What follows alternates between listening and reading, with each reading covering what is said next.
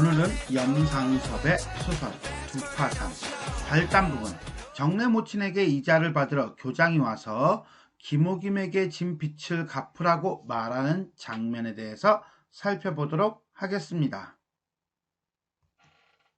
이 작품은 해방 직후 혼란한 시기를 배경으로 물질적, 정신적 파산을 겪는 두 인물, 그래서 한 사람은 물질적 파산, 한 사람은 정신적 파산. 내가 볼 때는 둘 다긴 하지만 어쨌든 간에 그래가지고 제목이 뭐예요? 두파산이에요. 일단 정신적 가치가 파괴되고 물질적 내지는 물질 만능의 가치관이 만연되어 있는 당대 사회상을 풍자하고 있는 소설이다.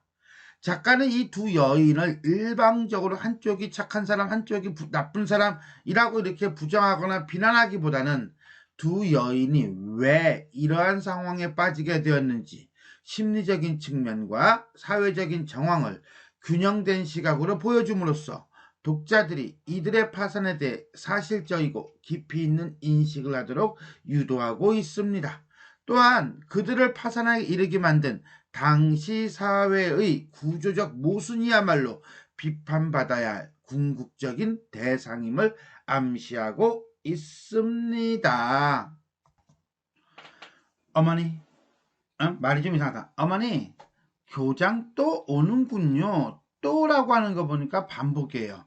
그럼 이 교장이라는 인물은 어떤 인물이냐라고 하는 걸 잠깐 봐야 될 텐데 이렇게 세모치할 것 같아. 부정적 인물이에요. 과거에는 진짜 교장이었다고 해요. 그러나 지금은 고리대금업을 하고 있는 인물이다.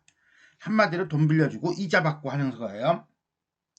학교가 파한 뒤라 갑자기 조용해진 상점 앞길을 열어놓은 유리창 밖으로 내다보고 등상에 앉았던, 등상이라고 하는 건 등나무 줄거리를 만들어서 다듬어가지고 만든 의자 정도로 보면 돼요. 그러니까 의자에 앉았던 정내가, 정내, 이건 주변 인물이에요. 눈살을 찌푸리며 돌아본다. 자, 여기서만 우리는 눈살을 찌푸리며 라고 하는 단어 살짝 밑줄 쳐야겠죠. 그죠? 그렇잖아도 돈 걱정에 팔려서 테이블 앞에 멀거니 앉았던 정내 모친도 이건 중심인물이에요.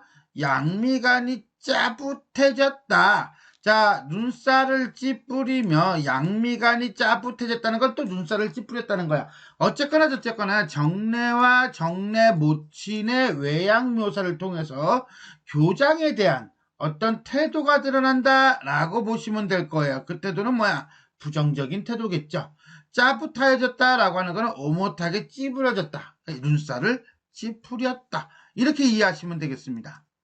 전방 안에는 학교를 파해 가는 길에 공짜 만화를 보느라고 아이들이 저편 구석 진열대에 옹기종기 몰려섰다가 교장 선생님이와 아이꼬만이나 하고 귀가 번쩍하였는지 고개를 조그마한 얼굴을 들고 쳐든다. 자기네 학교 교장이라고 착각을 한 거죠.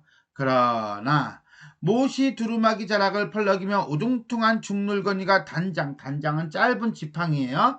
짚고 쑥 들어오는 것을 보고 외양묘사하고 있나요? 그렇죠. 학생들은 저희들끼리 눈짓을 하고 킥킥 웃어버린다. 에이, 아니네.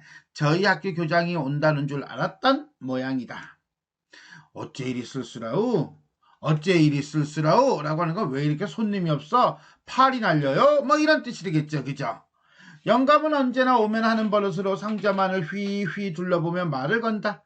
아이고, 어서오세요. 아침 한때와 점심 한나절이 한참 붐비죠. 지금쯤이야 다 파해가지고 가지 않았어요?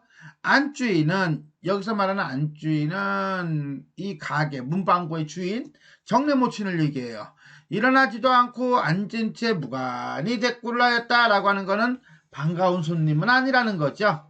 교장은 정내가 앉았던 등상을 내어주니까 대신 걸터 앉으며 나는 그렇겠요. 그래도 팔리는 거는 여전하겠죠. 팔리는 것은 여전하겠죠. 라고 얘기하는 건 아까 고리대금업을 한다고 그랬잖아. 그러니까 뭐야, 이자는 갚을 수 있겠죠. 뭐 이런 거가 될 것 같아요. 그죠? 하고 눈이 저절로 손금고 쪽으로 갔다. 간단하지. 한마디로 얼마나 버는지 그 수입에 관심이 있다는 것을 행동 묘사를 통해서 보여주고 있는 거죠. 이 역시 올 때마다 늘 캐어묻는 말이지만은 또 무슨 까닭이 있어 붙이는 수작 같아서 정내 어머니는 그야 다소 들쭉날쭉 있지만은 원 요새 같아서는 하고 시들이 대답을 하여준다. 하긴 뭐 좌처가 좋으니까 좌처라고 하는 것은 자리, 가게 자리가 좋으니까 라고 이해하시면 되겠습니다. 하루에 두어 번쯤 바쁘고 편히 앉아서 네다섯 식구가 뜯어먹고 살면야 안악내 소일로 그만한 장사가 어디 있을까마는 그래도 뭐가 문제야? 그렇지, 빚에 쪼들리는 게 문제죠. 빚에 쪼들리다니 알 수 없는 일이군. 왜 그런지 이 영감이 싫고 멸시하는 정례는 누가 해달라는 걱정인가 하는 생각에 입술이 삐쭉하여졌다. 한마디로 정례는 이 교장 영감이 싫은 거야. 그죠? 그래서 교장 영감에 대한 정례의 반감 정도로 이해하면 되겠어요. 날마다 쓸쓸히 나가기 하지만 원체 물건이 자니까 자다, 이게 가늘다란 뜻이에요. 가늘 세자거든요. 그러니까는 물건이 작다는 것은 큰 돈이 되는 물건이 아니라는 거죠. 이윤이 박하다는 거예요. 그러니까 남는 게 변변해야죠. 여주인은 또 마지못해 늘 하는 수작을 내었다. 그러나 오늘은 이 영감이 더 유난히 물건 쌓인 것이며 진열장에 늘어놓은 것을 눈여겨보는 것이었다. 전에도 안 한 건 아니야. 하지만 유달리 이런다는 거야. 그거는 뭐야? 어떤 딴 생각이 있는 거 아닐까? 빚을 받으러 온 것에 대한 어떤 느낌을 싹 보여주고 있는 거죠. 정례모녀는 그 뜻을 짐작하겠느니만큼 더욱 불쾌하였다. 여기는 갑자기 웬걸 뜬금없이 요약서술. 자, 여기는 여자중학교와 국민학교. 국민학교 하니까 꽤 오래전 얘기죠. 요새는 국민학교가 없죠. 다 초등학교죠. 국민학교가 길 건너 마주붙은 내거리에서 조금 외진 골목 안이기는 하나 두 학교를 상대로 하여 벌인 학용품 상점으로는 그야말로 좌처가 좋은 셈이다. 원래는 선술집이었다든가 하는 방 한 칸 달린 이 전방을 작년 봄에 8,000원 월세를 얻어가지고 이것을 버리고 앉아있을지 국민학교 앞에는 벌써 매점이 있어서 어떨까도 하였으나 여학교만은 시작하기 전부터 아는 선생을 세워놓고 선전도 하고 특약이라는 것은 특별한 약속, 어떤 편의를 봐줬다는 거야. 했던 관계인지 이제껏 재미를 보는 편이지. 이 장사 속만으로는 꿀리는 셈 속은 아니었다. 꿀리는이라는 것은 구김살 잡힌, 공색해진, 남에게 눌리는. 여기서는 요 2번에 해당하겠네요. 그죠? 그러니까 옹색한 셈 속은 아니다 라고 하는 거 보니까 손해보는 장사는 아니었다. 이번에 2달 셈을 한꺼번에 들이댔더니 역시 또 꿀립니다. 모자릅니다. 2달치를 한꺼번에 주려고 약속을 했는데 그게 좀 안 됩니다. 우선 빌린 거 1달치만 받아가시죠. 정례 어머니는 테이블 위에 놓인 손금고를 땡그렁 열고서 100원짜리를 센다. 이때 100원은요 지폐예요. 지금의 100원하고 다릅니다. 일제시대니까. 이번에는 본전까지 될 줄 알았는데 이자나마 또 밀린. 장사는 깔쭉없이 잘 되는데, 깔쭉없이 축나거나 버릴 것 없이 잘 되는데 어찌 그렇단 말씀이요? 하며 영감은 혀를 찬다. 지금 남속사정 모르고 저편에서 만화를 보며 소근거리던 아이들은 교장이라던 이 늙은이가 본전이니 별리니 하는 소리에 눈이 흰둥그레져서 건너다 본다. 왜? 자기네들이 아는 교장이 하는 말투하고는 전혀 다르거든요. 즉 교장 그러면 교육자인데 교육자가 이자, 본전 이런 걸 얘기하니까 이상하게 생각하는 거야. 7,500원입니다. 세보세요. 그러니 댁 한 군데야 말이죠. 자, 댁 한 군데야 말이죠. 라고 하는 것은 당신한테 이자 갚는 거 말고도 갚을 때가 많아요. 이거죠. 제일 무거운 짐이 아시다시피 기모기민의 10만원을 1할 5부 15,000원이죠. 1할 5부면요 15%라는 얘기거든요. 15% 이자 15%를 주는데 15,000원이야. 와우. 그러면 150만원? 15만원? 15만원 빌렸나? 그렇죠. 10만원에 1할 5부니까 10만원 빌렸네. 그죠? 10만원에 15% 15,000원을 매달 준다. 은행 조건 30만원 이자가 또 있죠. 아, 은행에서 30만원을 또 빌렸네요. 기껏 벌어서 남 좋은 일 하는 거예요. 우리 속담이 이런 게 있죠. 재주는 곰이 부리고 돈은 되놈이 가져간다. 같은 말이라고 보시면 돼요. 당신에게 이자 벌어들이고 앉아있는 셈이죠. 자, 이렇게, 자, 7,500원입니다. 그 다음에 15만원에 1할 5부입니다. 은행 조건 30만원 이자가 있습니다. 이런 식으로 액수가 정확하게 나가요. 그죠? 하나씩 하나씩. 이건 두 가지를 우리가 얘기하고 있다라고 볼 수 있어요. 첫 번째는요, 이 소설이 돈에 민감한 소설이라는 거야.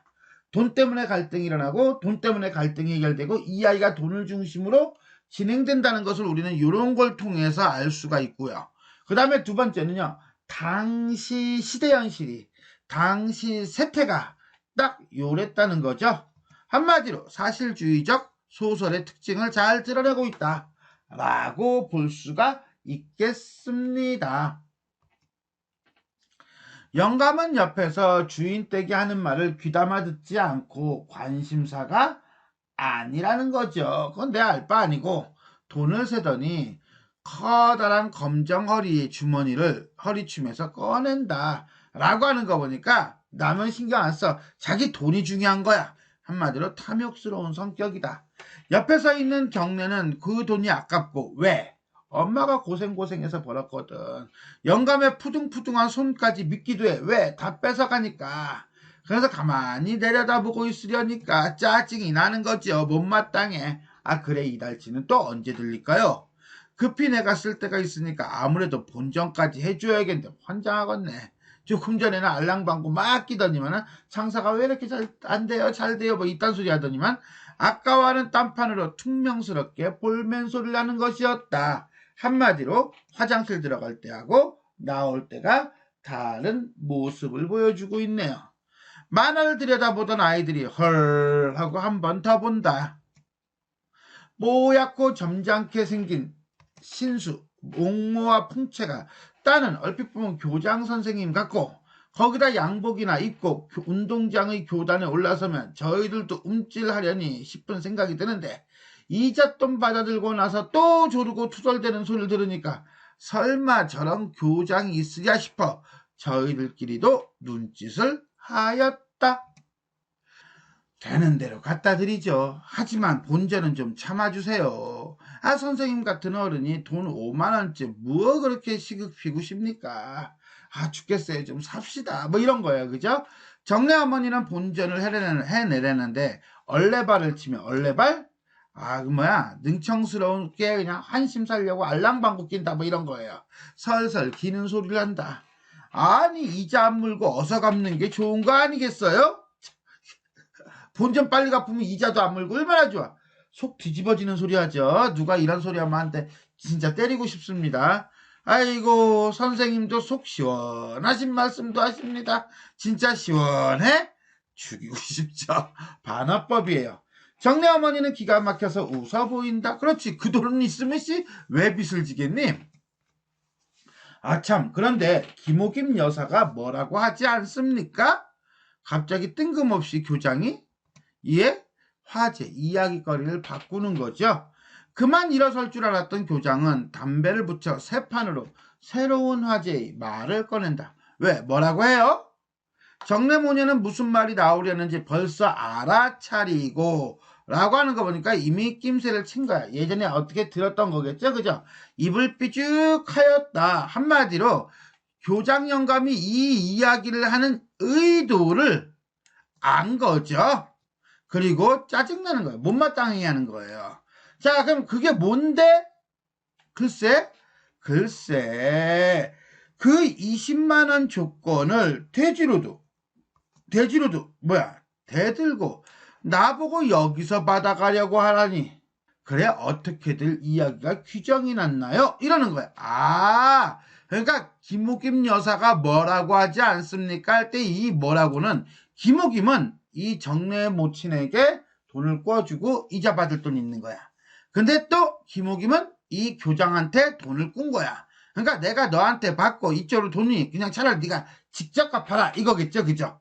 그러니까 뭐라고는 결국 요거예요. 20만원 조건을 여기서 받아가라 라고 하는 거죠. 그래서 어떻게들 이야기가 결론이 났나요? 라고 하고 묻는 거예요. 결국 이거는 김옥임이가 이제는 잔머리 굴린 거라고 보시면 돼요. 자기가 받기는 좀 애매하거든, 정내 모친한테. 그러니까 교장한테 떠넘긴 거야. 뭐 교장이야 뭐 여기서 받든 저기서 받든 상관없는 거고, 이렇게 되는 거죠. 그래서 김옥임이 교장 영감에게 자신이 갚을 돈을 정내 모친에게 받으라고 했다는 사실을 알 수가 있겠네요. 영감의 말이 떨어지기가 무섭게 정내는 잔뜩 벼르고 있었던 듯이 모친의 앞장을 서서 가로 탄한다. 탄한다는 건 나무라다 뭐 이런 뜻이에요. 교장 선생님, 그따위 경우 없는 말이 어딨어요? 그건 요나마 우리 가게를 판들어 다 없애버려 먹게 하고 말겠다는 것이지 뭐예요. 결국은 빚을 더 늘려가지고 문방구를 차지하려는 김옥임과 교장 영감의 의도다라고 보면 돼요. 어? 교장이라니? 아, 교장은 벼랑과 무슨 교장? 정말 이건 뭐야? 예전엔 교장이었는지 모르겠지만 지금은 완전히 고리대금하고 있는 입장이잖아. 그러니까는 교장아이가 되게 뭐해? 쑥스럽고 민망하고 부끄럽고 기타 등등이 다 나타나고 있다라고 볼 수 있겠죠. 교장은 허청 나오는 웃음을 터뜨리며 허청 나오는 웃음, 허주숨을 터뜨리며 저편 아이들을 잠깐 거들러 보고 나서 왜? 눈치를 보는 거죠. 아, 글쎄, 그러니 뻔히 사정을 아는데 이럴 수도 없고 저럴 수도 없고 하면 말끝을 어물어물 해버린다. 이 영감이 해방 전까지는 어느 시골에선지 오랫동안 보통학교 교장 노릇을 하였다는 말을 오기미에게서 들었기에 이 집에서는 이름은 자세히 모르고 하여 교장하고 불러왔던 것이 입버릇으로 급히 튀어나온 말이나 고리대금에 패를 차고, 패를 찬다는 것은 별명을 붙고 고리대금 업자 이렇게 되는 거야. 지금의 그것을 내세우기도 싫고 더구나 저런 소학교 아이들 앞에서 창피한 생각도 드는 눈치였다. 그래, 고리대금업이 무슨 떳떳한 직업은 아니죠. 그러니까 꺼리는 거예요. 교장 선생님이 이럴 수도 없고 저럴 수도 없을 게 뭐예요? 그 아주머니한테, 그 아주머니 누구? 김옥임이죠. 그 받으실 건 그 아주머니한테 받으라고 하면 되잖아요. 자, 이거는 정례의 말이에요. 김옥임에 대한 반감의 그 아주머니 이러고 나오는 겁니다. 정례는 또 모친이 입을 벌릴 사이도 없이 퐁퐁 쏘아준다. 너 왜 이러니? 그렇게 못하겠다고 벌써 끝낸 말인데 또 왜 그럴고 하며 말을 잘라버린다. 아, 그런데 김시편에서 댁에서 승낙한 듯이 말하던데요. 영감의 말눈치는 김옥임이 편을 들어서 20만원 조건인가를 여기서 받아내려는 생각인 모양이다. 딴소리. 내가 아무리 어수룩하기로 지 사패, 지 형편만 봐주고 지 춤에 놀아놓을까요? 정내 어머니는 코웃음을 쳤다. 김옥임이 20만원 조건이라는 것은 요사이 이 두 무녀의 자나깨나 큰 걱정거리요. 그것을 생각하면 밥맛이 다 떨어질 지경이지만 처음에는 이거예요. 자초는 처음에는 정내 모녀가 이 상점을 버리고 나자 장사가 잘 될성 싶으니까 김옥임이가 지독 한번 끼우고자 자청하여 투자금 이건 투자금이네. 이거는 돈을 꾼 게 아니죠. 그리고는 그 가지고 들어온 동사라는 것은 동업이에요. 동업 미천 10만원에 두 곱을 빼갔어. 뭐야? 그러면 10만원 투자해서 20만원 빼갔으면 이익 봤네. 근데 지금에 와서 투자금 10만원에 이자까지 붙여서 22만원을 달라는 것이다. 말이야 방구야. 말도 안 되는 소리죠. 그러니까 한마디로 김옥임이라는 그 아줌마는 돈독이 오르다 못해 스카이 콩콩을 하고 있다 라고 보시면 되겠네요. 자, 이렇게 해서 우리는 교장과 정내 모친, 뭐 정내가 옆에 있긴 하지만 교장과 정내 모친과 교장의 이야기 안에서 그네 둘의 갈등도 분명히 드러나긴 드러나요. 그런데 김옥임이라고 하는 아직 등장하지 않은 이 아줌마가 자꾸 언급이 되면서 이 아줌마가 갈등의 축이 될 수 있다는 것을 우리는 알 수가 있을 거예요. 더더군다나 우리는 교장이 이름이 뭔지도 모르잖아요. 그냥 교장인 거야. 하지만 정내 못 친 김옥임은 이름을 알잖아. 그러게 보면 교장보다는 김옥임이가 빌런일 가능성이 훨씬 더 크죠. 자, 여기까지 우리가 읽은 거에서 또 하나 봐야 되는 건 묘사예요. 묘사가 상당히 디테일하다는 거죠. 학교가 파한 뒤라 갑자기 조용해진 상점 앞길을 열어놓은 유리창 밖으로 내다보는 등상에 앉았던 정내가 눈살을 찌푸리며 돌아본다. 그렇지 않아도 동국정에 팔려서 테이블 앞에 멀거니 앉았던 정내 모친도 저절로 양미간이 뿌듯해졌다. 그러나 모시두루마기 자락을 펼치며 우중퉁한 중늙은이가 단장을 짚고 쑥 들어오는 것을 보고 라고 하는 거예요. 이 소설의 앞부분에 해당하는 건데 어떤 묘사가 매우 치밀함을 보여주고 있다. 그리고 그것은 어떤 우리의 삶의 일상성 하나하나에 관심을 기울이며 구체적으로 묘사하는 그런 기법을 보여주고 있다라고 보고, 이러한 묘사는 염상섭 소설의 대표적인 특징 중에 하나예요. 어떤 큰 틀, 뭐 이데올로기, 뭐 대립, 가치관의 대립, 이런 것도 이제는 염상섭 소설에 나오기는 하지만 사실주의 작가이다 보니까 우리 일상에서 볼 수 있는 장면들에 대해서 아주 디테일하게 묘사해주고 있다라고 보시면 되겠습니다. 자, 지금까지 우리는 염상섭의 소설 두파산 중 발단 부분, 정내모친에게 이자를 받으러 교장이 와서 김옥임에게 진 빚을 갚으라고 말하는 장면까지 살펴보았습니다. 지금까지 내용이 도움이 되셨다면 좋아요와 구독 버튼 눌러주시고요. 알람 설정 부탁드리겠습니다. 수고하셨습니다.